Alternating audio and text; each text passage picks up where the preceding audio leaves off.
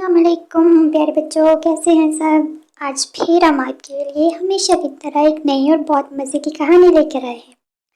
کہانی کا نام ہے جھیل کی سیر۔ شازیہ کاشف کراچی میں رہتے تھے۔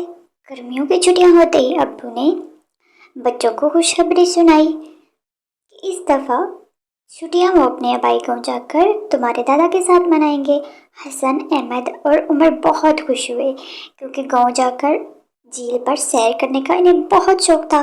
اگلے دن جھیل پر پہنچ کر وہ سب حیران رہ گئے کیونکہ جھیل کا منظر ان کی سوچ کے برعکس تھا۔ جھیل کے اوپر جا بجا پلاسٹک کے شاپ پر جوس کے خالی ڈبے اور پانی کی خالی بوتلیں تیر رہی تھی۔ جھیل کے ارد گرد بھی کچھ ایسا ہی منظر نظر آ رہا تھا۔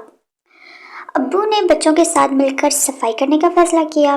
حسن اور احمد بھاگ کر گاڑی میں گئے اور ان پھلوں کے خالی شاپر لے کر آئے جو وہ سیر پر کھانے کے لیے اپنے ساتھ لے کر آئے تھے۔ بچوں نے شاپر میں جھیل کے ارد گرد جمع گندگی کے ڈھیر کو سمیٹنا شروع کر دیا۔ ابو نے جھیل میں موجود گندگی کو صاف کرنا شروع کر دیا۔ دوپہر ڈھلے تک صفائی کا کام مکمل ہو گیا تھا۔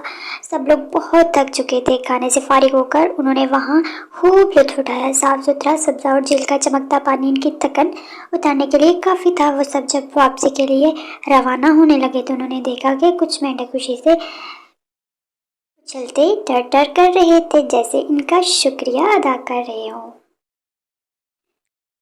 تو بچوں، اس کہانی سے ہم نے کیا سبق سیکھا ہے کہ اپنے ارد گرد کے ماحول کو ہمیشہ صاف ستھرا رکھنا چاہیے اور تفریحی مقامات پر گندگی نہیں پھیلانی چاہیے۔